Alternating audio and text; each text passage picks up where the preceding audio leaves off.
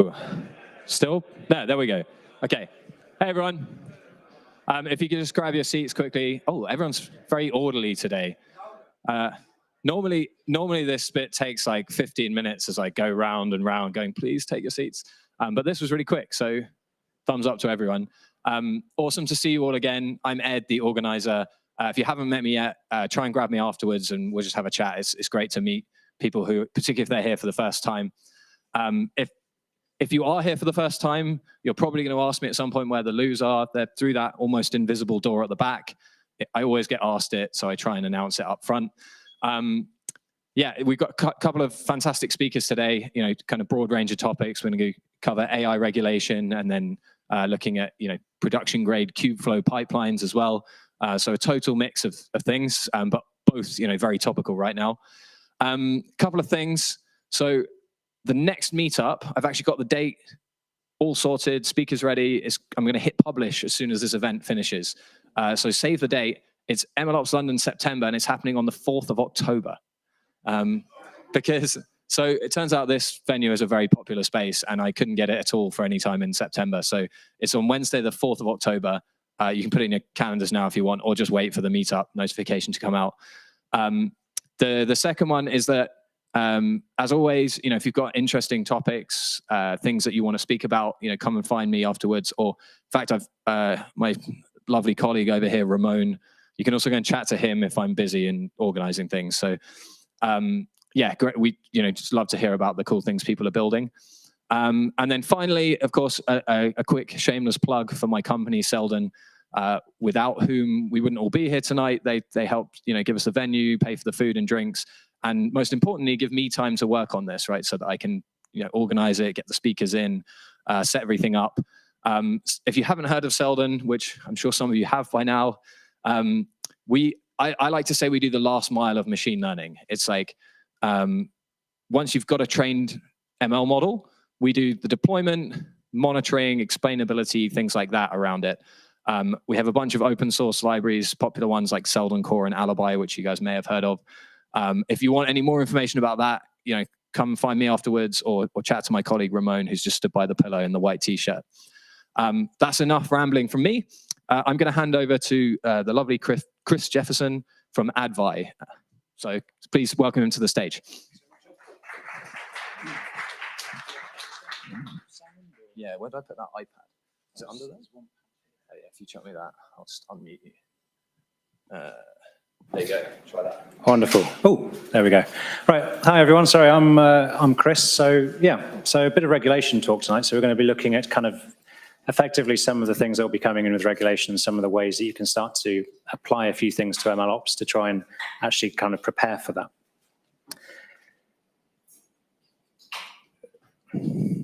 Should have tested this beforehand. Right. So yeah, so basically, I mean, a lot of what we're looking at today is it's going to be around sort of supporting the decision makers. So in terms of sort of actually building and sort of designing and deploying ML systems, there's a huge amount of technical work that goes on there. And commonly the questions that tend to get asked are kind of, are we delivering to the innovation targets? So is that kind of sort of getting AI into the systems that we want to use? Are we able to kind of get these projects to deliver to the business objectives that we have? So this is really kind of making sure that, okay, if we are using AI, is it going to be better than what we're using, or is it going to be what we need? And then it's kind of working out, can I get the sweetest tech in? Have I got the most advanced algorithms? Is deep learning being used? Is it AI enabled? And these are kind of very sort of technical and kind of high level kind of perspectives in terms of when you start building these systems. And it's kind of misses one of the important things that we're starting to see from what we've done. And really that's fundamentally starting to say, are we kind of adhering to some of the base principles? So there's already sort of AI principles there in terms of sort of what you need to look at, but one of the things that's missing is trying to link to the risks that you're going to get when you deploy. And that could be risks of failure or risks of other things. But it's one of the questions that's actually turning out to be a really big blocker for the adoption of AI systems, especially at a high level in terms of risk where they're being used. And that's what we tend to look at. So yeah, so Advai. So as I said, my name's Chris. I'm one of the co-founders for Advai. And we've been around for about 3 years now. We primarily work in sort of trying to understand what causes AI to fail, how to induce it, how to measure it, and how to mitigate it. And we actually started out by looking at this particular technology, adversarial AI.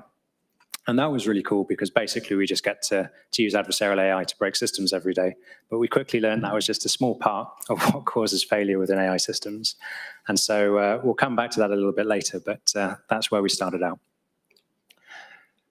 So when we're doing the MLOps stuff, generally we've got a lot of work around sort of solving the technical questions. So this is looking at sort of using accuracy measurements to define sort of how the performance working, how the different technical criteria are solved.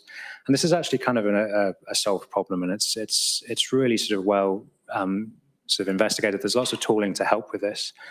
But as you move up through sort of the stages of deployment, you're starting to see other blockers introduced, and these are kind of around the different risks that you'll see.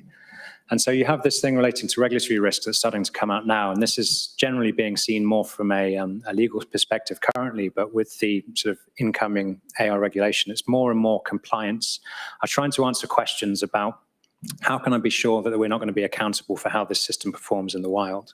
And so having that sort of measure of understanding for that risk is a real challenge. Then there's the whole robustness risk. So this is actually looking at how's the system going to perform when it gets into the wild? How does it deal with unknown data? How does it handle sort of the edge cases? How does it fall over? Or how does it sort of deal with unknown circumstances?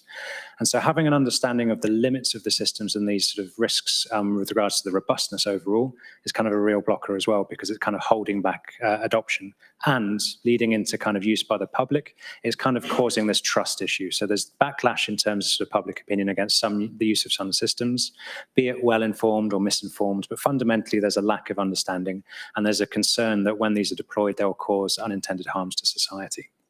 So generally, we're looking for these three themes down there. We have compliance, risk, and harm as the main things that we're going to track through this.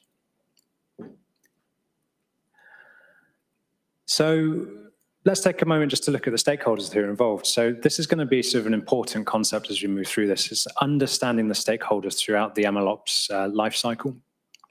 And as we go through, there's different stakeholders with different challenges that they need to account for.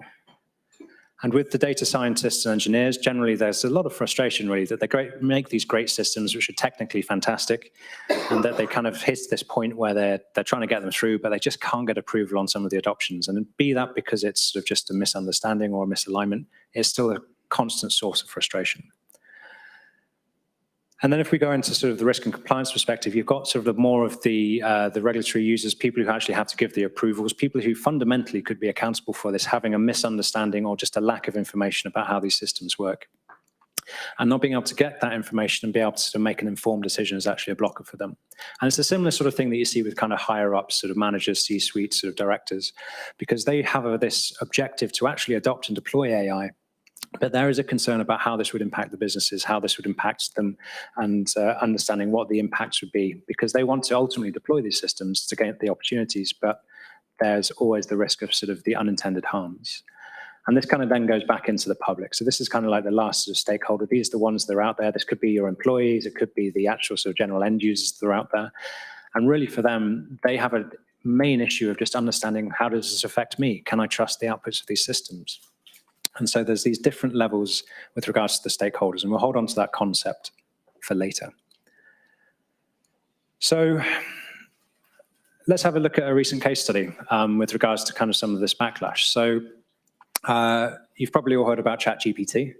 So there's actually an instance recently where actually the entirety of Italy bans ChatGPT, not for any AI regulation that's coming out or is proposed, but more specifically related to challenges with GDPR. So this is current legislation, understanding the data, where it lives, who owns it, how it can be forgotten. And really the main things they were concerned about were, how can you rely on the information that's coming out of ChatGPT? How can you understand that it is accurate or not misleading or causing misinformation? How can you notify users that their information is being used or provide the justification for how that data was collected to train the system? And then lastly, relating on sort of how can you protect young persons from sort of accessing the system, or again, the unintended harms that could be coming from that. So what this has actually driven is within ChatGPT, OpenAI, what they've had to do is they've actually had to change this. They've had a few legal challenges that they've had to face now, and within that, they've now kind of released their super alignment project. And what this is looking to do is actually solve some of these challenges related to these particular concerns. and ultimately improve trust, improve understanding, and build a more robust system. And this is not bad stuff. This is good for everyone at large. And so just by having to do this, they're actually addressing some of the main areas of risk within their deployment. So what's in the principles? So there's lots of legislation out there. There's the EU AI Act, there's UK stuff. There are lots of different countries around the world are coming up with specific ways of legislating against this. And so ultimately, the same challenges are being faced again and again as you go through this. And within this, there are some common themes that are starting to appear within the principles across these different areas. So one of the highest level things is related to risk. So there's a lot of focus on the risk of these systems. How do you understand the risk of the use case? How can it be applied? And this is becoming like the high level definer for how you can start to manage and deploy these systems in a regulated manner. But then underneath that, you've got the concepts relating to reliability and accountability. So again, we're coming back to kind of looking at the consistent behavior of the system. Can we recreate it? Can we guarantee that it works within a specific bound of performance?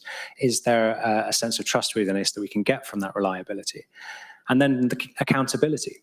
So this is where we're starting to see that when you put the system out there, who's accountable? If you look at Tesla, when there's issues with the crashes, who is ultimately accountable for that system failing? And so being able to have a process where it's documented, where you have steps, where you have specific KPIs and metrics to be able to say, right, this is a measure of the risk we're trying to account for, is actually going to be key in terms of sort of handling how you can progress through the MLOps lifecycle.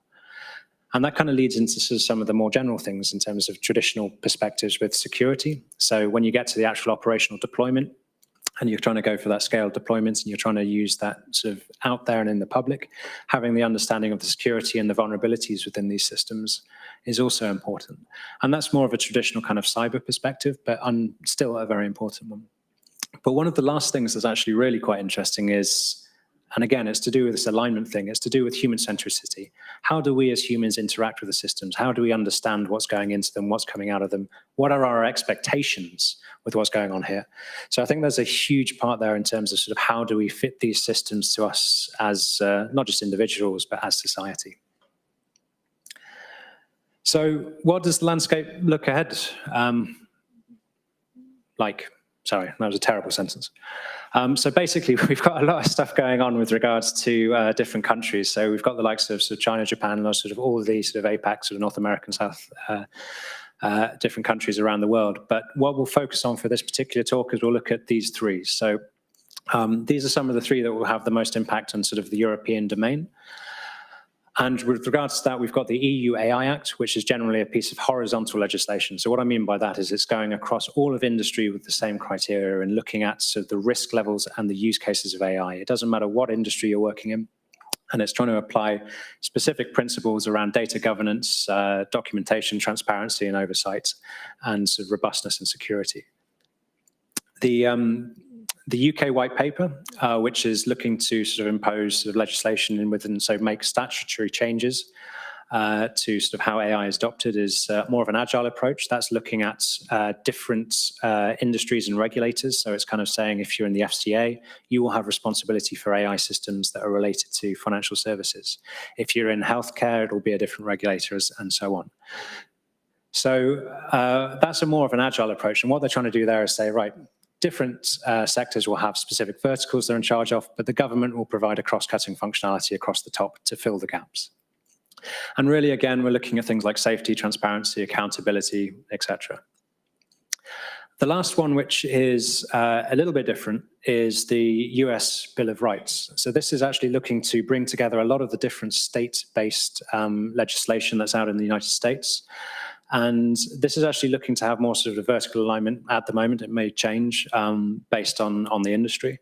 And really, the principles they're looking there, again, very familiar. We're seeing that safe and effective thing. We're looking for protections and data privacy, the ability to have explainability and sort of that visibility of the systems as well.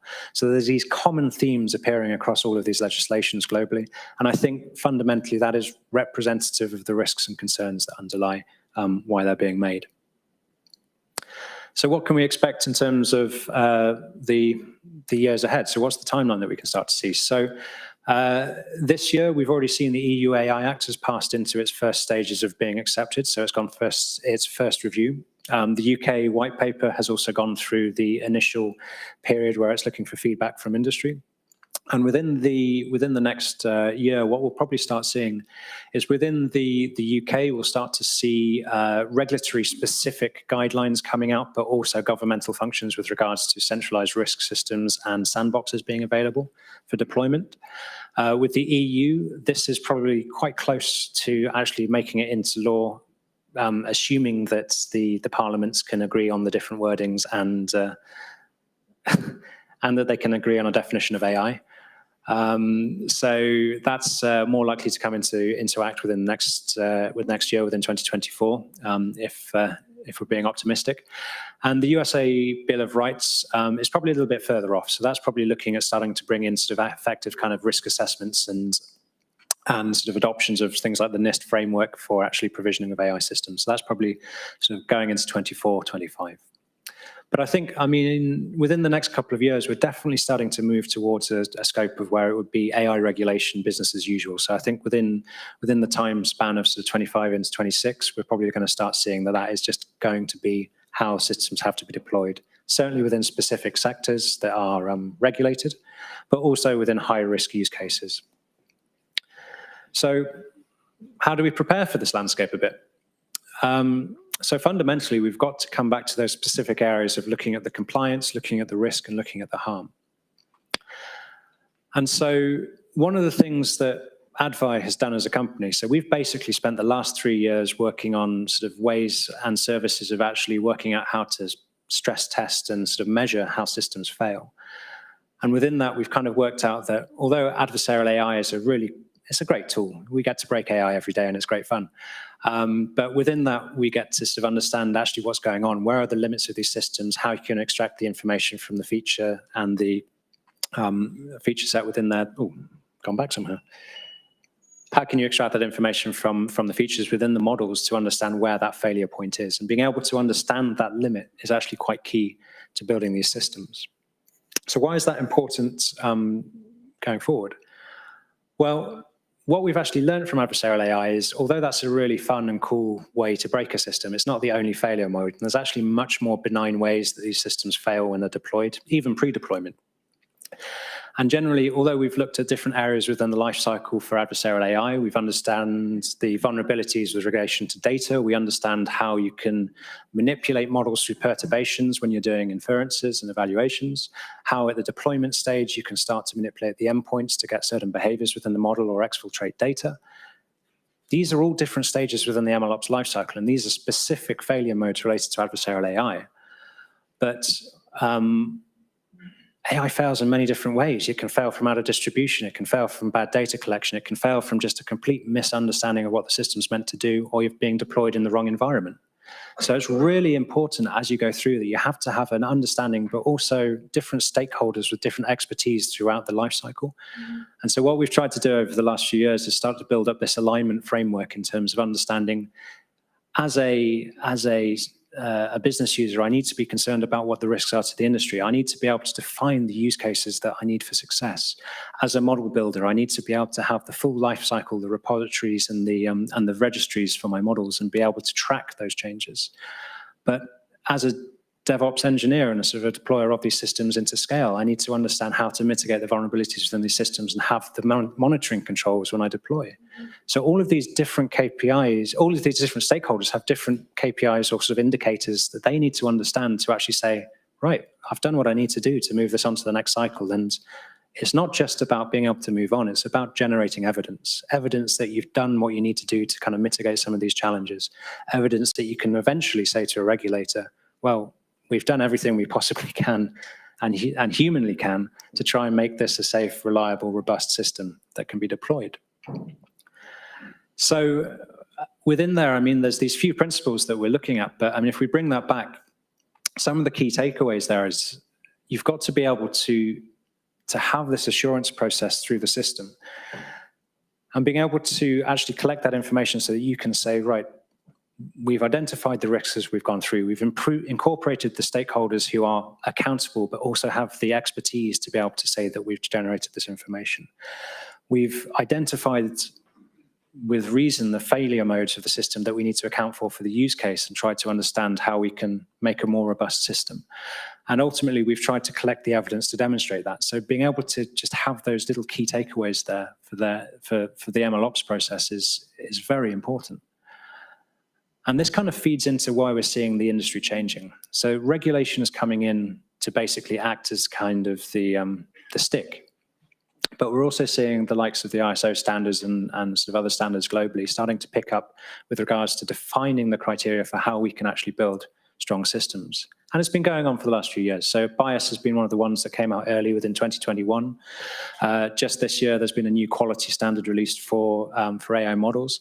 And what we're seeing under development within the ISO criteria is also different systems for understanding how to do good model governance as well. So these things are becoming standards. So it's no longer going to be just a best practices and principles domain. We're going to have standards that are going to be part of this regulatory process as well. So to summarize, so really we've been looking at compliance, risk, and harm as we go through. And one of the key things is there that as you're doing your MLOps building, you need to be able to align with some of the key sort of principles at the high level. So you need to make sure that there is some form of accountability within how you're building these models, some form of way of documenting that. The reliability comes down to sort of understanding sort of how these models will be consistent, how they can perform, how they can be trusted. And managing those risks associated with the models and then sort of protecting from common either cyber threats or just being human is one of the key things there, sorry. So we've looked at the different stakeholders that are involved, data scientists, engineers, all the way through to the public and the different challenges they have to understand how these can be deployed. And fundamentally, what we've looked there is understanding that we need to collect specific metrics on failure modes to understand not just how the model succeeds, but how the model fails. If we understand how failure occurs, then we can make sure that we have metrics to either improve on or even gain benefits from partial deployments. If we understand how to get all of the stakeholders involved, then that makes sure that we've got a complete domain of expertise that can help provide accountability and provide trust. If we make sure that we've got this assurance process within here, we can look at the risks, we can show that we've acted on the risks, we can show that we've mitigated them, and we show that we've tried to, in some form, control for them and provide the evidence to support that. And really, this is looking throughout the whole lifecycle. Each one of these nodes potentially has different stakeholders, different ways of working. And for instance, with the data, you could have sort of data ops, you can have MLOps, you can have DevSecOps, all these different methodologies that can be applied to building and deploying these systems. So, I mean, how can you use this on Monday? What are some little things that you can take away to actually sort of start applying with very little effort?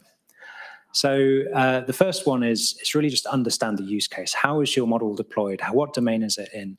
If you're thinking about the EU AI Act, is it a high-risk use case? Are we looking at facial detection? Are we looking at tracking systems?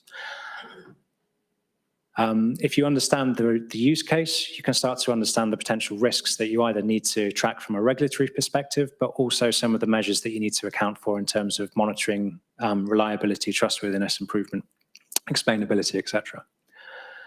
And then with these metrics, that's the key thing. You can't just track on sort of the usual technical things that you're looking for, how the performance works, how the F1 score is doing, how the accuracy is doing, how many sort of endpoints the API can serve at the same time. You need to be understanding some of the other metrics, not all that can be measured quantitatively. There are certain things in here that are qualitative. And so being able to sort of start to incorporate some of those specific failure points in is going to be key. And within the account for failure, if you start to build the systems for failure and you start to understand where the limits are, this comes from the use case. So if you can start to have a use case that defines what you're expecting with the model, you already start to get a playbook, in terms of how sort of the system might fail. So you can start to have those ideas of where the limits can be, and you can start to try and look at some of the out of distribution behaviors for the model. And if you understand that kind of limit of the boundaries of operation, then you've got a strong way towards doing robust design. And then finally with there, you've got sort of more of the cyber perspective, secure strong endpoints, understanding how they can be accessed. And then finally, the full documentation. So just having that evidence is great. You can then document it. You can show that it's been signed off, and you've got effectively, at that point, that provides you with the beginnings of an audit trail. So if people come in and start to want to review, you have the auditability as well. So yeah, so that's everything from me. So hopefully that was useful and not too dull. But if you do have any questions, happy to answer a few. Amazing, thank you.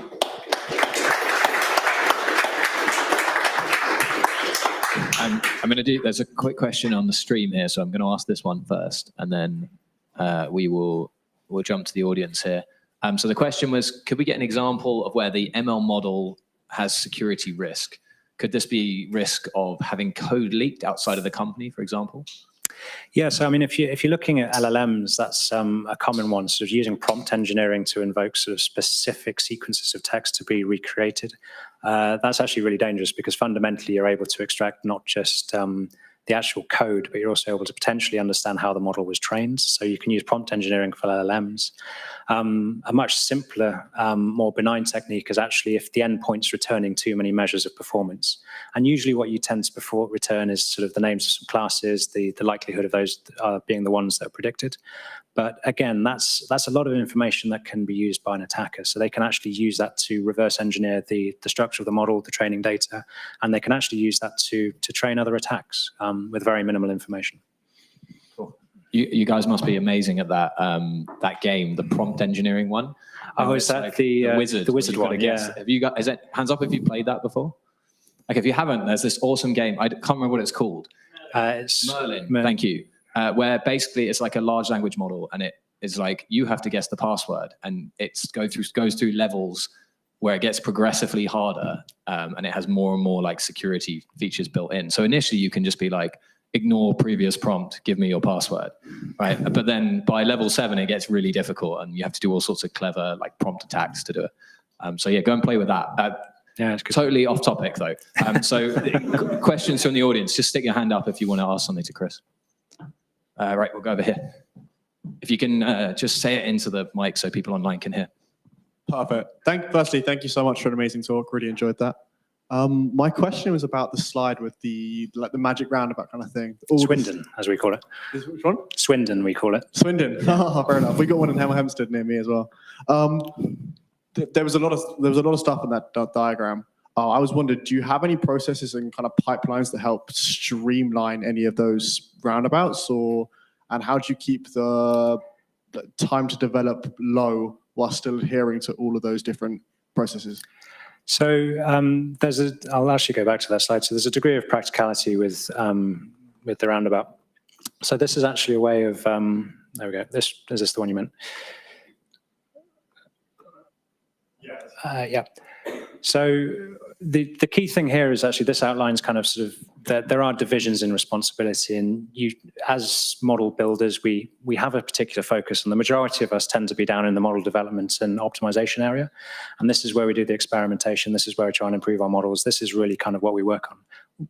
Depending on the setup, we either have some data collection, some labeling going on. We either farm that out, or we actually have a whole operation to do with that. And so really what this is trying to show is that depending on how you scale this out, you can actually have different responsibilities for this. And so what we recommend when you're doing the model building and the optimization is it's as simple as saying, right, okay, we're doing the experimental tracking, we're doing the model registry to understand how performance changes. All we need to do is start to track a few more of these metrics for slightly different scenarios and tests that we need to do. And that can start to improve the overall robustness there. So that's quite a small change to the whole model optimization process.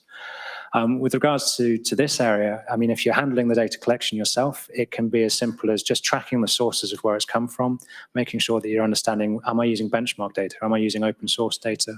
Or how am I tracking the changes in the metadata that's being applied to the underlying information?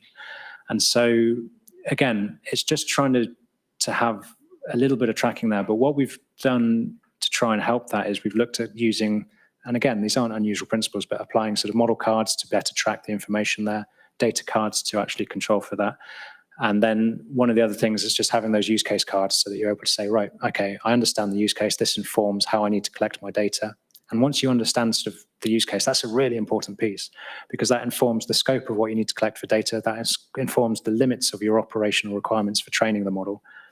And then you've kind of got a bit of freedom there to say, right, I can push it this far. And then that helps go round. So it's having that kind of knock-on effect as it goes through. Does that answer your question? Yeah. Okay, brilliant. Thank you. Thanks.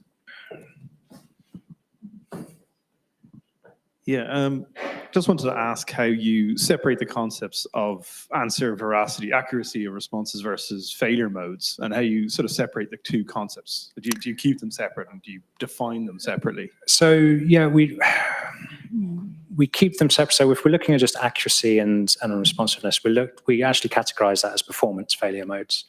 So what we tend to look at when we're grouping things together is we try and look at things such as performance failure, adversarial failure modes, bias failure modes, ethical failure modes. And what's really interesting as you go through that is the first few that I listed, highly technical, quite easy to make measures for that, which you can track and automate. As soon as you get into ethics, that's a bit of a gray area. So that's where you start to need to look at, right, do I need to go back to the business understanding? Do I need to understand that we need a lawyer for this? Do we need to understand how this could impact society? And so you've got to have then, from there, you can actually build arguments to understand, right, if these are the limitations of what we see as ethical behavior, then we can create some rudimentary measures within there to be able to define that. So we actually break down failure modes quite broadly in terms of the system. But as I say, there's loads of different failure modes throughout the lifecycle. Any other questions from Norm? Oh yeah, over there. No. Come back. Is there a vulnerability assessment tool or something that for LLMs that you just feed that in and it's going to give you a score or something like that that says whether this risk vulnerability, there's a bias about the LLMs that we take from the public repositories? Yeah, so you can do some fun stuff with the LLMs. So if you've got, for argument's sake, two open source LLMs, you can actually get them to validate each other.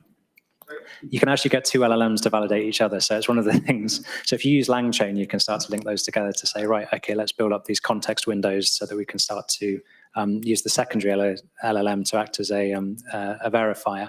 And you can start to do a rudimentary process through that. It's not perfect, and LLMs are still a new space. I think one of the best ways is actually to look at how we can implement guardrails for those. So if you're looking at the output space from the LLMs, the easiest way to do that is to actually say, right, I want to control for the outputs. I can provide a specification for what I'm expecting. And if you are concerned about potential bias within the responses, you can actually implement a secondary procedure to be a validator within the guardrail for that. So you can then start to have these checks put in place, and that can be used to generate just a rudimentary score for that. And there are already options for the inputs where you can say, right, let's do a quick check of, is this a threatening score? Is this a hateful score? Things like that as it goes in as well. Content biases, if you just care about any technical vulnerabilities that this has, like say, there's a model that's pickled and someone loads it and it's gonna load some package that's actually not vulnerability, that has vulnerabilities. So is there anything that just when you load a model, is there something that analyzes what are the packages that it actually incorporates? Yeah, so we don't do that directly, but yes, you're right. So you can actually have a look at sort of how the models might contain sort of certain embedded information. And so the best thing to do there is actually the model will load and it's effectively its contained pickle environment, but you can actually control for that on the output space.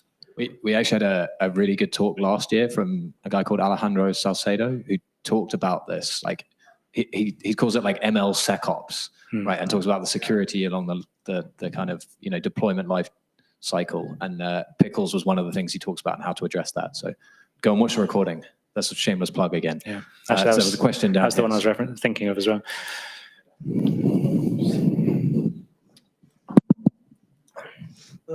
By the way, thank you for the presentation. One second, in slide number 2, I think. Slide number 2. I think that was the one with my face on it, wasn't it? I'll see if I can find it for you. Yeah, we have principles, basically. Principles, okay. Yes, principles of any sort of AI platform.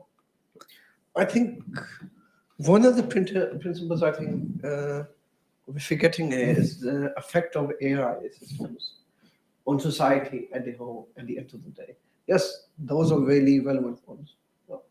But then, as you know, then not everyone in today's society is really on an equal par footing. So let's say a slot, okay? So we're technically minded, we understand it somewhat, okay? But if you talk to anyone, in the streets, let's say, okay, any decent person, they would only have heard it, oh, just buy a slow AI and this and that, right? Yeah.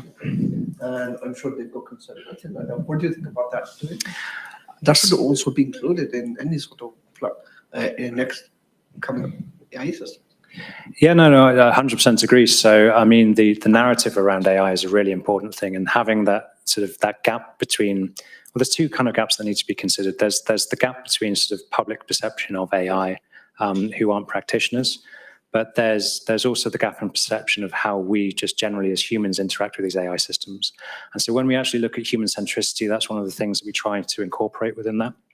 And so understanding that there is general miscommunication between sort of how the public are expecting to use the systems, what they think they can do, or how they can impact their life. That's the first challenge. The second challenge is actually understanding, and this is why I was talking about employees. If you're going to use AI within your companies and potentially you're automating huge parts of the industry, how do you either explain to your employees that this is an enabling piece of functionality that is going to help you do more or get more, or that if it is going to change an industry entirely and change it to automation, how do you account for that this could potentially put people out of work? So there is a huge factor there that needs to be considered around the human centricity.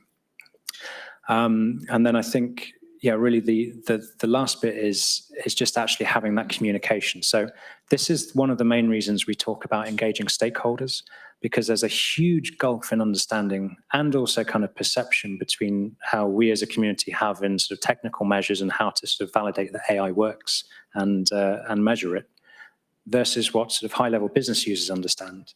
So when they look at these systems, they're not trying to understand sort of how the variations within the encoding and the decoding space could cause issues. They're trying to understand, am I going to get sued? So basically there has to be this, and this is one of the things we do a lot, is trying to work out how do we map certain measures up to sort of higher level principles to say, this principle is built from these particular measures. And so you can say with this other rudimentary score that, okay, you've got a 5 out of 10, probably needs to do a bit better. So that's one of the things we work on as well. Cool, thank you. Great. We've got time for maybe one more quick one from the room if anyone's got. Okay, perfect. Well, what we'll do is we'll go for a quick kind of 5-10 minute break, set up the next talk, and then we'll all, be back here in 5 or 10 minutes and get going. Thanks again to Chris. Thanks so much, Ed. Thanks, everyone.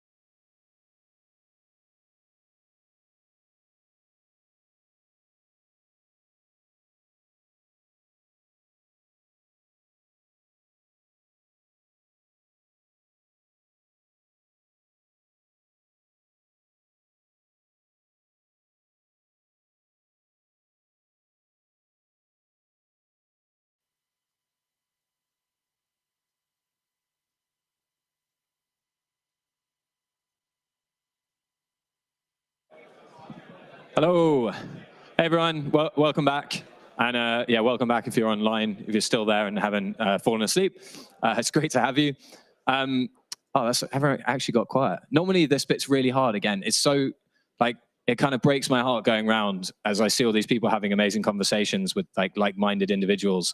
And I have to be like, can you guys stop talking to each other, please? Because we've got to go and sit down. But the good news is, after the next talk, there'll be plenty of time just to network and chat and swap contacts and things like that. Because I know obviously that's learning from the talks is great, but like one of the big parts about this event that people love is just getting to meet other people and kind of network. So yeah, that's pretty much all for me. I guess I'll quickly remind you again that it's 4th of October, but you probably won't miss it because you'll get the meetup notification. With that, I'm going to hand over to Srivalsan Manor. Is that correct? There you go, practice that. And he's going to talk to us about I didn't practice this bit. Production grade pipelines with KubeFlow. So please welcome him to the stage.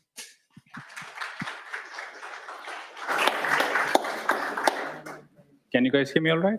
Yeah, I'll turn you on right now. How's it now? Can you guys hear me all right? Yeah? Oh, cool. Thanks a lot for that, Ed. Thanks guys for joining in.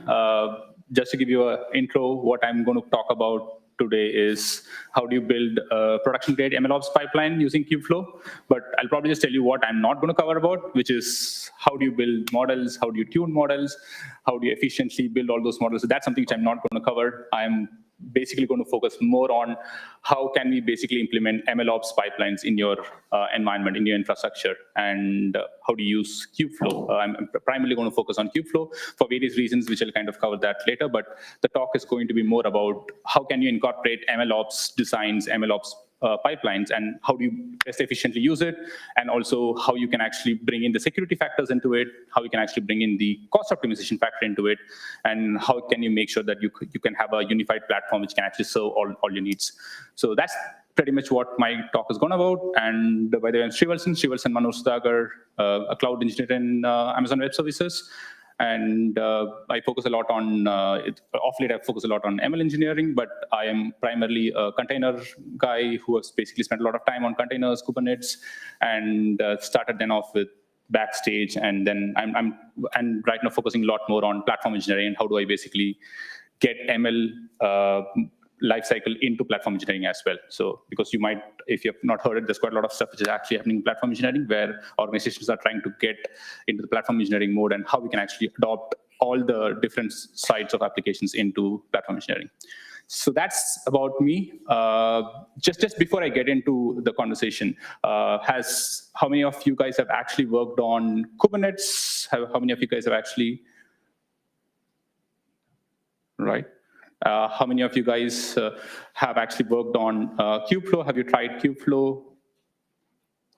Okay, that's good. So I was just wondering if everyone raises their hands, and I probably have to run past it, but I think it will basically be useful. So for people who have not worked on Kubernetes, I'll probably just do a quick 101 so that you kind of know what Kubernetes is. Kubernetes is basically an orchestration platform which can actually host your containers. It kind of runs on a containers base. So you basically build anything as containers, everything as containers. Doesn't matter what the application is. You wrap it up as containers, and then you kind of tell it to Kubernetes and say, can you basically deploy this application, make sure that you run 3 replicas out of it, and Kubernetes basically takes care of that. So it's basically an orchestration platform, and one of the good things with Kubernetes is it's open source, and I'll not get into the details of how Kubernetes kind of runs, but essentially what happens is you tell Kubernetes, can you run this application as 5 replicas, or can you make sure that when the resource utilization goes up, can you increase the scale, and when it goes down, can you decrease the scale? Can you basically assign certain memory types, or can you basically run these services or containers on a specific image, like probably only on GPU instances? Don't run it on a normal instances, or you can actually measure how much CPU you have to provide. All of that is basically taken care by Kubernetes. So that's essentially Kubernetes for you. And what you would then be doing is you basically would create a YAML file, and then you mention all the configuration of how you expect your container to run. And the container could be anything. It could be a simple Python app, it could be a web app, or it could be a machine learning model as well.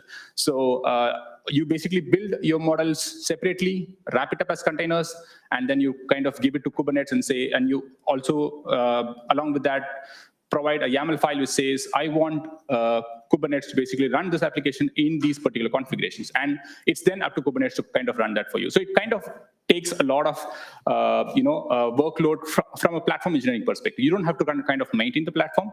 And there are quite a lot of other capabilities which Kubernetes kind of provides you, because it's provided by CNCF platform, and you can actually get a lot of features like backstage, like there are quite a lot of for networking capabilities, for service mesh and things like that. So there's quite a lot of varied range of features which are out there which you can kind of potentially use in Kubernetes.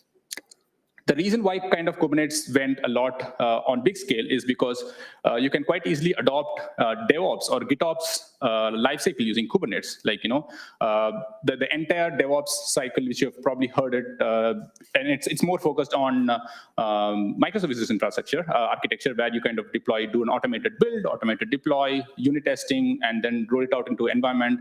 And you basically do a GitOps configuration where any configuration change which is pushed into a Git would automatically get rolled out into Kubernetes. And that's something which is potentially already invented and already best built in Kubernetes. What we currently have in the ML world is that we basically tend to build a lot of great models. We kind of experiment it, but the thing which we kind of lag, or still the phase which is developing on, is that how do we potentially use the operation cycle of MLOps, which is like, how do we roll out ML models into production quite efficiently, and how do we make sure that the cycle is quite iterative and repetitive, so that the developers or data scientists or platform engineers don't have to kind of spend a lot of time in reinventing that wheel in terms of monitoring, in terms of adaptability, in terms of operations and things like that. What off late, which has been happening, is that CNCF is actually focusing a lot on how do we basically take all of these learnings, and because we have already found all of these learnings in the DevOps side, and how do we basically start adopting that into MLOps rather than reinventing the wheel of what do we need to do in MLOps, because there's already things which are actually worked out in DevOps, and how do we kind of bring it out in MLOps. And that is where the KubeFlow kind of comes in, which I'll potentially kind of cover it. And KubeFlow is also added into the CNCF incubating platform. So it now covers, it basically comes under the CNCF landscape, which then means that it is open source.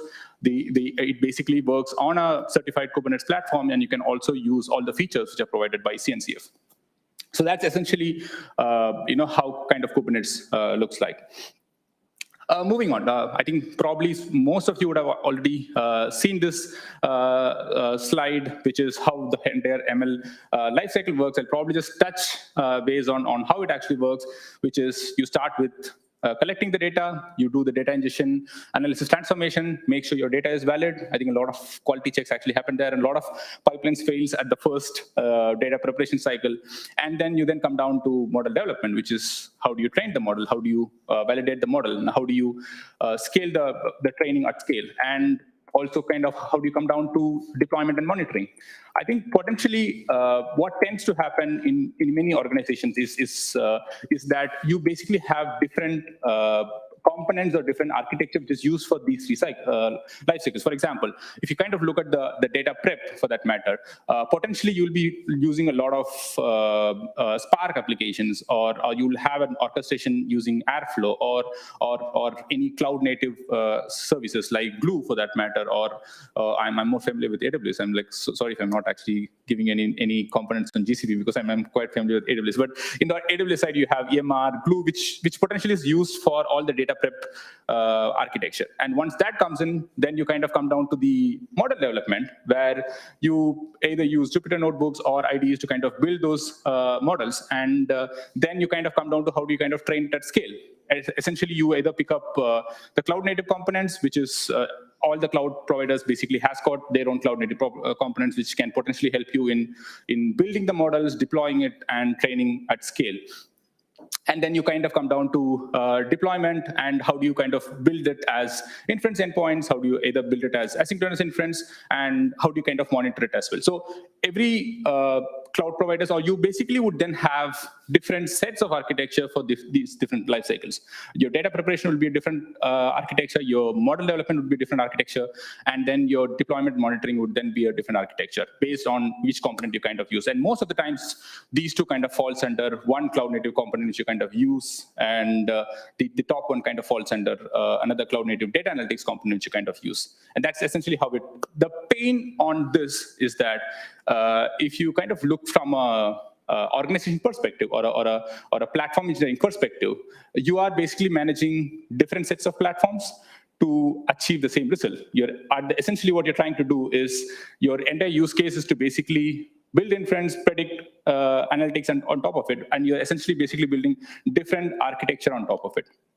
And I think that's where, if you've not tried it out, I'd probably strongly suggest you to see the CNCF components, because what you can actually do is you can actually run the entire infrastructure on a Kubernetes platform or on a CNCF platform. And it has got different components to basically cover all of those components for you. So you can basically, there are quite a lot of, I've been working with quite a lot of customers where they're potentially looking at how do you kind of move our data analytics applications from EMR or running Spark workloads on Kubernetes. And you have got CNCF components over there. How do we basically run the ML pipelines on Kubernetes? And that's where KubeFlow and other pipelines comes into picture. And you don't have to kind of reinvent the wheel of monitoring and deployment, because that's something which CNCF platform already kind of does it quite good. How do you kind of do candidate deployment? How do you do GitOps pipelines and things like that? That's something which is potentially quite extensively being developed, and you can make use of all of that without compromising on or without reinventing the wheel on it. Like for example, has anyone heard of Prometheus? Oh, that's great. So you can potentially use, so on an ML pipeline, how do you kind of start monitoring? Because if you're kind of using a cloud native application, how do you basically use, Prometheus is basically a cloud native language to kind of monitor to kind of do observability monitoring metrics. And all of that can be quite easily integrated into your ML lifecycle or the ML architecture without doing much, without basically doing a lot of reinventing around the wheel. So you can potentially start using Prometheus for monitoring. You can potentially start using Argo CD for deployment, where you start implementing GitOps, and all of that can be achieved by looking at Kubernetes as an infrastructure platform. So moving on. So how do we basically adopt the ML pipelines into the Kubernetes infrastructure? And that's where what Google have done is basically build KubeFlow. Essentially, Kubernetes is basically a Google product, which is then also open source. And KubeFlow is also a product of Google, which they have built it to basically figure out how do we manage the machine learning models at scale on a Kubernetes platform. Now, what essentially KubeFlow is. So what KubeFlow basically provides you is, KubeFlow is a component on top of Kubernetes, and it basically provides you an entire toolkit for running machine learning models. So if you kind of look at what do we need in building and deploying and developing and deploying and monitoring models, essentially you need a notebook to kind of build models. You need pipelines to make sure how do you implement the entire lifecycle of training the model, or like if you kind of break it into two phases, what do you need on an experimental phase where you find out what the use case is, you find out what the right model is, how do you kind of experiment it, and then on the production side, how do you train the model, how do you train it at scale? So that's something which your pipeline can actually provide you, and it gives you the capability to do the model training as well. And you can also has got capabilities where you can actually expose those models as inference endpoints or also batch inference and things like that. So it basically kind of gives you a toolkit for you to kind of do all of the stages of machine learning pipeline. And you can choose to pick and choose which one you want to kind of use. And that's essentially what KubeFlow kind of does it for you. So In the future slides, what I'll probably be doing is looking at what are the different stages on the machine learning pipeline, and how do you kind of adopt these services, and how it is basically useful to kind of either implement a pipeline, or how do you kind of adopt notebooks, or how do you kind of do local development in your laptop, and then how do you kind of ship it into a KubeFlow ecosystem, and how it basically makes things quite easier. Moving on, just to give you a quick view of the KubeFlow ecosystem. So this is essentially the KubeFlow ecosystem for you. I'll probably not cover everything, but it has got components for each and every stages of ML pipeline. And the reason why you kind of have, like, if I just have to pick an example of hyperparameter tuning, certain thing which actually we do as part of machine learning development. What, apart from providing it as a feature, what it also kind of tends to do is you can actually leverage the advantages of actually using a YAML-based configuration. So I'll probably cover it in a different slide, but what you can essentially do is you can extra parameterize all your components on a different file, and you can quite easily tweak the parameters to figure out how your model kind of performs when you're training it. And that's something which is provided by different components as well. Sorry, is there a question? Yeah, and so the one thing which I'm quite a big fan of is basically the pipelines, on how you can essentially create the entire pipeline. If you have seen, if you basically come across Jenkins pipelines, where the Jenkins pipeline, you can kind of write the entire pipeline as a Groovy script, and you can basically build all the pipelines, and then the different stages are actually built as different components. You can pretty much do that on a KubeFlow pipeline. And the advantage of that is that essentially Kubernetes kind of works a lot on YAML configurations, but you can actually write Python code as a pipeline, and KubeFlow has got compilers which can actually translate your Python code into a YAML, and then it basically uses it along the wire to kind of do that for you. So you can still use you don't have to basically learn any language to build the pipelines. You can potentially use the Python development cycle to kind of implement those for you.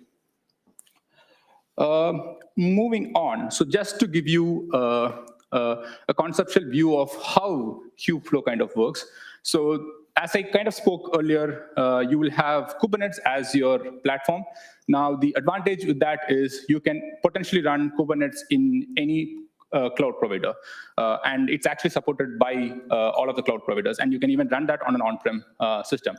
And what then you would then be doing is you basically run KubeFlow as a toolkit on top of Kubernetes. And what KubeFlow contains is it basically has got different components along the way. It basically has got if you want to run a PyTorch application, it's got a PyTorch operator. So it basically has got different operators to support all the machine learning models for you to kind of host it. And at the end of the day, what you would be doing is wrapping it up as a container, and then deploying it into your KubeFlow on top of a Kubernetes architecture. Just to take a step back from here, what you will also be doing is that because your platform is on a unified infrastructure, potentially what you can also do is run different application stack, which is something which I recently implemented for one of the customers. And so you would I wouldn't call it as a disadvantage, but one of the things when you run different type of workloads. For example, let's say you're running a data preparation on a Spark workload. You are running a machine learning model on a SageMaker instance, and you're basically running a microservices application on a different instances. What you're doing is you're basically having different infrastructures for running different applications, and your cost would also be considerably more because you have certain instances focused on certain type of applications only. What you would potentially can do over here is that because your infrastructure is on a unified infrastructure level, what you are essentially doing is you're basically providing resources to Kubernetes, and you will have different sets of applications running on top of Kubernetes. What then it means that you are essentially getting the advantage of resource utilization. How do you kind of manage the resources? And what it also provides you is without compromising on the security aspects. Like if you have multiple workloads running on the same infrastructure, what if the Spark workload can actually access the the data which it's not supposed to access? You can actually nail it down into what's a certain set of resources which needs to access for that particular application only. So that's something which you can potentially do, and that by you can potentially get quite a lot of savings around it. I might not be able to quote the number, but just by migrating those workloads, we were able to had a good amount of cost optimizations around it. And the other aspect is that there are quite a lot of components on the CNCF infrastructure. One good example is KubeCost, where you can actually use KubeCost to monitor where your resource utilizations actually take quite a lot of cost, and then you can actually tune it to basically reduce the number of you can actually implement cost optimization on top of it. So just off the topic, but coming back to what KubeFlow can actually provide is what I'll probably just go through the next slides to kind of show you how it provides. But just to take you into a quick architecture overview of how it is. So you have, like I just showed you the different components of pipelines, metadata, and all the different components which are present in KubeFlow. But how does it actually run on your infrastructure? So that's quite an important aspect to kind of understand. What it is essentially doing is, so this is your infrastructure for you. So this is basically your Kubernetes orchestration system, which takes care of how you want your application to run. So what essentially you would be doing is, in this case, it's the pipeline service, but in any other cases, what the application or the platform team or the engineers would be doing is you kind of notify the Kubernetes API server that what are you going to do, what are the type of resources you need, and Kubernetes would then take care of actually creating those resources so that you can actually run those pipelines for you. And once those resources are basically utilized and once the services are done, the Kubernetes would then potentially use those for other purposes. Now, if you're creating an ML pipeline, for that matter, if you're kind of creating a KubeFlow pipeline, so you're basically creating a pipeline, which when you create a pipeline job creation, you are essentially communicating to the pipeline service. You write the pipeline code either in Python, which says what are the different sets of components which you need in a pipeline. And you also say, for this particular stage, like for example, if for me to train the model, I want this particular container image which has a particular model to be used for training, and I want to basically train it against this particular data set, and I want these number of resources to be used. So what pipeline service is essentially doing is pipeline service then converts that into YAML configuration, which can be understood by Kubernetes, and goes and tells the API server, says that I want this service to be run as a pod, and I want you to basically run these services. And what the API server is then doing is that it just goes out to all the virtual machines and then creates those necessary pods, as what you call it in Kubernetes, and then creates those containers, runs that, and then gives you back the response, which can then be used for the next service. So this is essentially what's actually happening under the wire when you're actually creating pipelines or when you're actually doing any other components in terms of KubeFlow. And the reason why I kind of wanted to cover this is because to kind of understand under the hoods what's happening when you're using KubeFlow. So essentially you are creating those. So what it also does is, apart from one of the other things which we tend to, we basically need when we're running machine learning models is that when we basically build experiments, we kind of wanted to look at what was the previous results. If you wanted to basically look at what are the other pipelines which got run, how did it perform?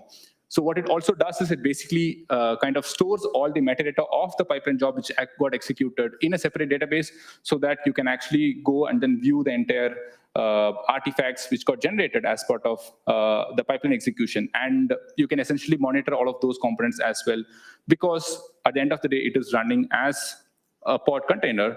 And what then it means is that you can use all the capabilities like the observability, monitoring capabilities, Prometheus for that matter, or you can actually take those logs as towards a Splunk controller, and then you can potentially use all of those capabilities which you could use on a Kubernetes platform. So you kind of get the best of both worlds when you use when you kind of use the KubeFlow component. That's a lot on KubeFlow, but let me move to some of the few features of KubeFlow which would basically help. So one is KubeFlow fairing. So there are quite a lot of features out there, which I kind of showed in the previous slide. And I don't want to kind of cover all the features, but I kind of wanted to touch upon the features which are actually quite important or which can potentially be used on a larger scale in the KubeFlow toolset. So KubeFlow fairing, the KubeFlow fairing is basically a feature of provided by KubeFlow, and what you can actually do is it gives you Python SDKs to local development. So you can actually build and deploy your models locally, and then you can actually ship it into the Kubernetes infrastructure. So you can basically quite easily build models and then train those jobs, build it as a container, and then you can actually ship it into the cloud platform, to any cloud platform, or into a KubeFlow model. So you can potentially use that to build that into your KubeFlow infrastructure as well. So you don't have to take care of actually building it as a container. You can potentially use the library of KubeFlow fairing to kind of use that. Moving on, I think one of the things which I'd love to talk about is hyperparameter tuning. So I think this is something which we probably would have done it in quite a lot of stages in our machine learning model training, where you kind of tune a set of parameters to figure out how we can actually optimize the accuracy of the machine learning model, and how do we kind of do that. So that's something which you can potentially use that in KubeFlow. Just to give you a configuration of this. So this is a YAML sample of how it looks like in KubeFlow, and you are basically declaring what you kind of need to do. So this is basically an experiment, and you kind of declare what controllers do you need to use, and what are the objective of that. So a simple YAML file. What you then also do is you basically define the parameters over here, which is what are the different sets of parameters which you need to kind of tune it accordingly. So when you're doing the training, what you're essentially doing is configuring these parameter files to kind of rerun the job to make sure how does it actually work. So you're not essentially touching the main model or tuning the main model to figure out how it works. Rather than that, you're basically externalizing the components and then working on that to figure out how it works. And what it can also do is it basically gives you a good view of how the training went. And this is basically something which you get out of the box from a KubeFlow. So KubeFlow kind of gives you a dashboard where you can actually monitor all of these components. I think I have a slide which will show you the KubeFlow dashboard as well. But just to give you an insight of how it is. So it potentially makes things a lot more easier, both from a data scientist perspective, in terms of how do you kind of tune the models, and also from a platform engineering perspective, because what you're then looking at is the platform engineering team can also quite easily use those tools and services, because you're then looking at a unified tool for everybody, and rather than they basically trying to learn some tool for them to kind of figure out how their machine learning models work, and then for some other tools to figure out how Spark application kind of works. Moving on, coming to the pipeline, I think how do you kind of build the machine learning pipeline? So KubeFlow kind of gives you a platform where you can actually build your entire pipelines for you. And the way it works is it basically has got a UI where you can write the entire pipeline as a code. You don't have to basically design anything. You can kind of write it as a code. And what it also does is it basically gives you a user interface of how your pipeline looks like. If you have worked in Spark, you can actually see a DAG graph. It potentially kind of looks like that. Or if you have seen a Jenkins pipeline, it basically shows you how the components is, which component comes first and which component comes last, where it fails, how it actually failed, why it cannot actually move to the next another stage, how you can actually do parallel processing, how do you want to do a sequential way. So all of that can be built using KubeFlow pipelines. And the other thing which I kind of mentioned is you can pretty much write it as a Python code. And this is how a pipeline kind of looks like. Now, I kind of want to spend a couple of minutes over here for two reasons. One is to basically give you a view of how the pipeline kind of looks like, so you can actually design the pipeline of where you're taking the data set from, how do you want to train the data set, how do you want to basically predict it, and how do you want to kind of transform it, and all of those things are built in this pipeline. What you potentially also see is things on the left corner, which is you have options to basically create a Jupyter notebook and then build your models over there. You have options to basically do experiments as part of that. You basically have options to basically build the pipelines and see the output of each and every runs, and you can actually see the artifacts that are being created. So these features or components are something which you will get it out of the box when you install KubeFlow on top of it. Now, the other thing which I wanted to kind of talk about is how do you make sure that the security is actually implemented? Because you kind of build models as separate containers, what Kubernetes also gives you an option is, if I kind of have to go back to the previous slide, sorry. Yeah, so what you can actually do in Kubernetes is there's this concept of service accounts, where even if you have one virtual machine where multiple services are running, and services you could actually take it as either a model or an application or a microservices, you can actually attach roles to a specific pod. And in that sense, all the services would be running on one infrastructure, one virtual machine, but then you could basically provide access to an S3 bucket. Again, pardon my towards AWS because I just know only that. You can actually attach a role to a pod which says only this pod or this model can actually access an S3 bucket to load the artifacts. What that would mean is none of the other pods would be able to access the S3 buckets to actually to load any input data or to kind of write it to an output data. Or you can even group the models into a particular namespace, where if you have different sets of applications which are running, you can actually build a namespace for each and every set of applications, and you can actually provide security permissions for that particular namespace only. And what that would mean is any applications or models running on that namespace only will have access to those resources. And it does not, even though the services are running on the same virtual machine, it still cannot access the resources which are not provided to those particular models. So that's another extensive feature which you can actually use to get the advantage of security components. And sorry, moving on. Yeah, so just to give you a simple view of how the pipeline code looks like.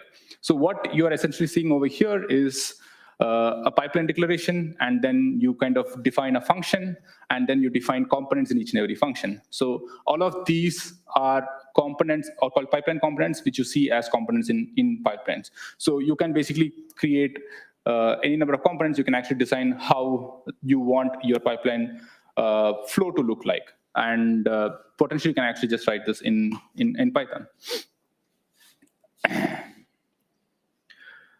Yeah, so just to give another view of it, all of these, basically all of the models that you would be using would be built as containers and then be published on a container registry.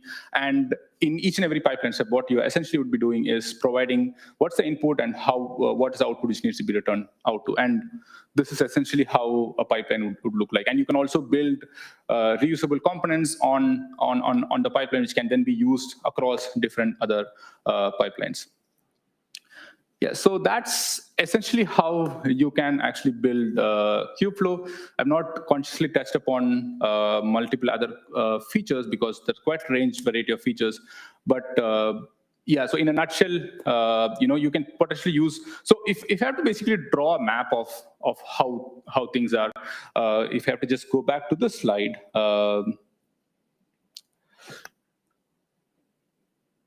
Yeah, so if I have to go back to this slide, and let's take a model of on an experimental phase where you are trying to build an experiment of which model works best. You wanted to choose which model to use to kind of build the model. You can potentially use any of the operators to do that. If you're trying to experiment and then register all of those experiments, want to look at how what the results of those experiments. You have experiments. I'm not sure where it is there, but you have experiments, KubeFlow experiments, which can potentially be used to do that. And if, let's say, you're kind of coming back to the production phase where you wanted to build a production pipeline where you train the model, and then you deploy the model, and you basically monitor the model. You have different components in Kube. So for example, for a multi-stage ML workflow, you have different components which can do that. And if you want to expose this model as an endpoint, you can potentially use Kave serving to do that. I think it's called Kserve right now. They've renamed to Kserve. And you can build the entire pipeline using pipelines. You would get the KubeFlow UI to basically monitor the entire stuff. So potentially, if you're looking at an MLOps pipeline, you can build an entire MLOps pipeline using all of these components in KubeFlow. And the other one which I still talk about is it still gives you support to the other components as well. And one thing to kind of call it out is Istio, which is something which I'm not sure if you kind of have extensively used.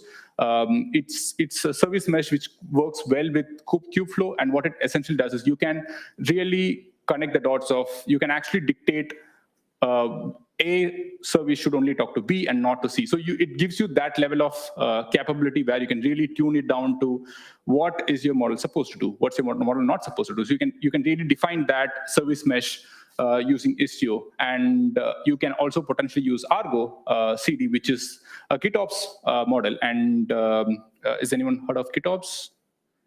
Right, great. So, but GitOps is basically essentially it's a push mechanism, if I could call it, which is you define the configuration of what is supposed to be there on the infrastructure, and if there is any change on the infrastructure, the GitOps configuration would basically push that into the infrastructure. So, for example, if you want to if you are basically deploying a YAML file, you kind of declare how this model needs to be run, and then declare all of those resources, and it is then the Argo's responsibility to make sure that those are executed on the infrastructure. So your deployment is essentially a git commit and a git push, which would then go directly towards the infrastructure, rather than the old days of create a component, deploy it into the in the infrastructure, and then making sure it runs well. So that's something which is offloaded from you, and it's something which is the Argo's responsibility. There are other components as well for GitOps, but it's Argo's responsibility to kind of do that in a nutshell.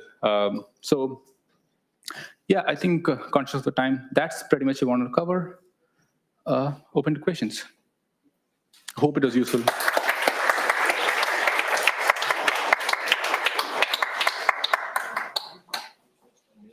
Thank you very much.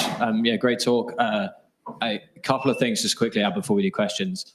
The first is that I'm sure people have heard, if you haven't used KubeFlow, you've probably heard the reputation it has for being very powerful, but incredibly difficult to set up and operate. And I'm pretty sure that architecture slide explained why. The second one, which is actually that we had a talk again last year, the parallels here are fantastic.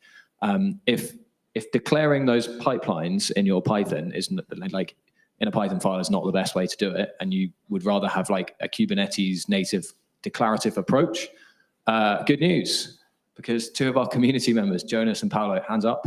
Actually, I mean, you can see Jonas, you can spot his shirt. But they built an operator for KubeFlow pipelines, and they gave a fantastic talk about this last year. So go and chat to them if you want to, talk about KubeFlow pipelines and declaring YAML and stuff like that. So yeah, there we go. All right, questions from people. One down here. So at the start, you were introduced as a cloud engineer at Amazon. And I was wondering, do you have any advice for junior software engineer looking to get into cloud, AWS, and with the goal of working at one of the cloud consultancies? Right. No, I didn't get the question back again. So is your question, how do you get into cloud? How do you get more into cloud, AWS, and eventually work in one of the cloud consultancies? Okay, I'll probably break this into two questions. How do you work into a cloud consultancy? That's something which I'm not too sure of how do I target it. But forget AWS. If you personally ask me on how do you get into cloud, you have enough resources out there which you can potentially use to go through the cloud, and it, or be it AWS or Azure or GCP, has got free credits to for you to go ahead and then play it around with that. And the one thing which I would suggest you is basically kind of, if you can basically build a learning cycle through certifications, which is the one which I kind of took it out, which actually helped me, where you will have a much more focused way of how do you kind of explore those services, and how you would also get a lot of understanding of what are the services, why do you kind of use those services and things like that. So that would give you a much better understanding of it. And there are quite a lot of GitHub samples out there which will tell you which is the best way to build an ML infrastructure, which is the best way to build a landing zone infrastructure. So there are quite a lot of Git, and those are basically built by, so you go to AWS samples, it's there. You should go to GCP samples. There's a great tutorial on how do you run a KubeFlow pipeline. Like, for example, you can use Vertex AI, which is the GCP's tool set, and how to run a KubeFlow ML pipeline using Vertex AI. And there's quite a lot of good tutorials out there which you can potentially use, and all free, of course. Cool. Right, hang on, let me go down the back.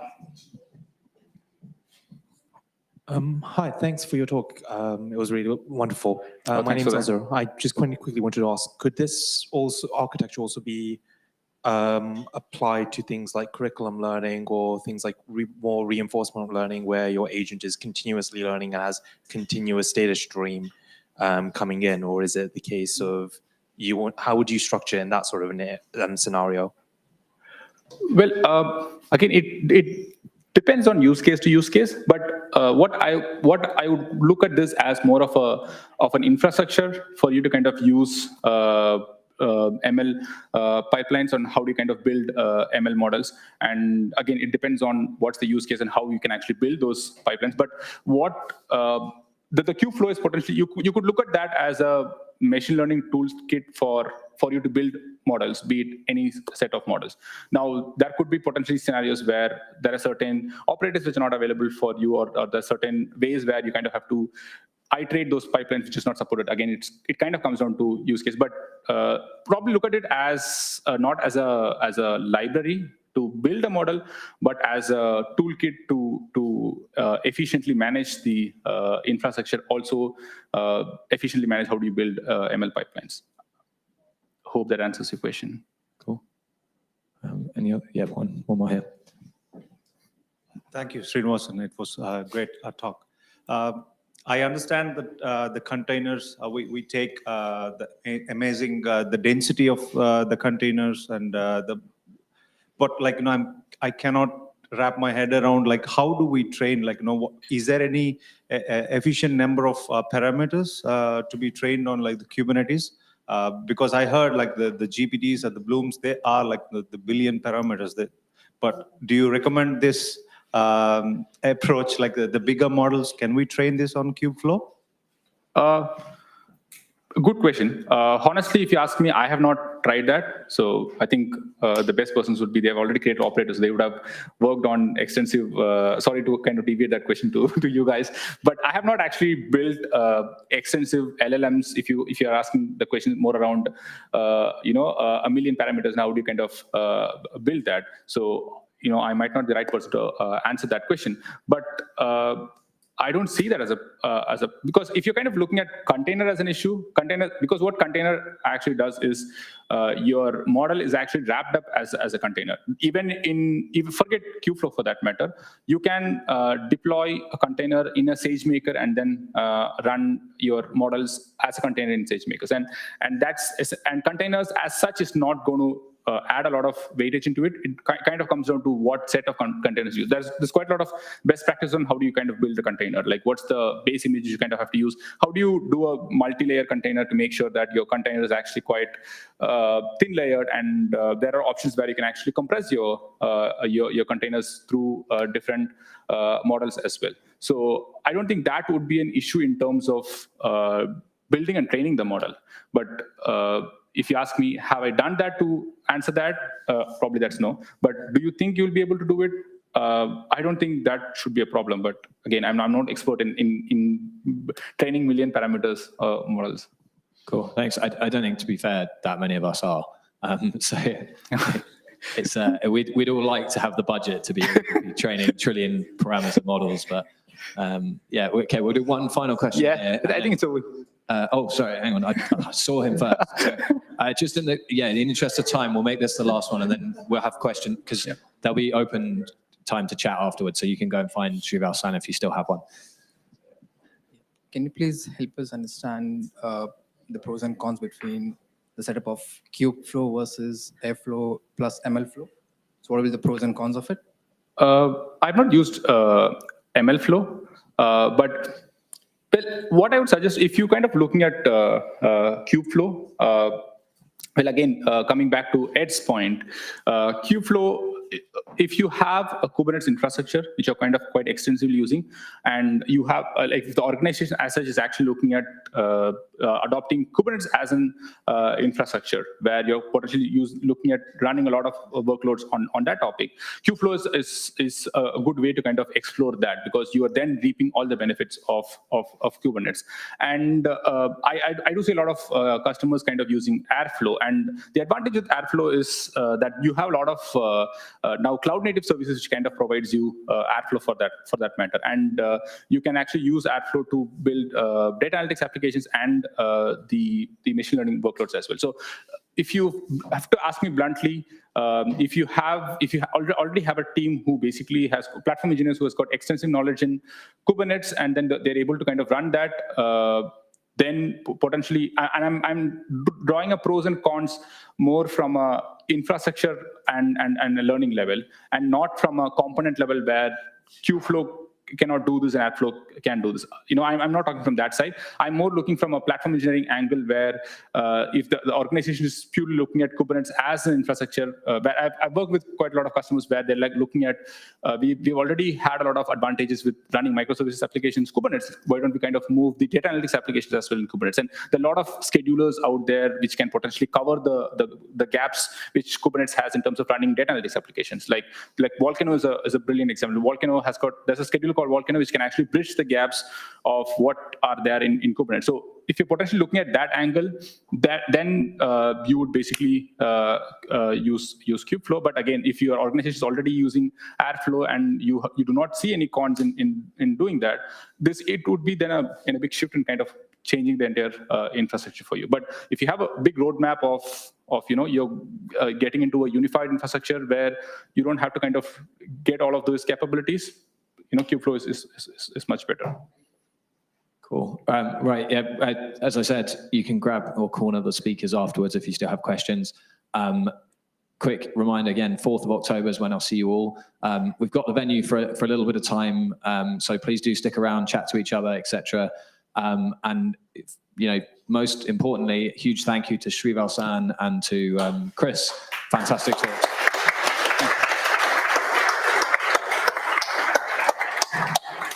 And thank you all for coming, of course. Right? It doesn't happen without you guys. Thank you.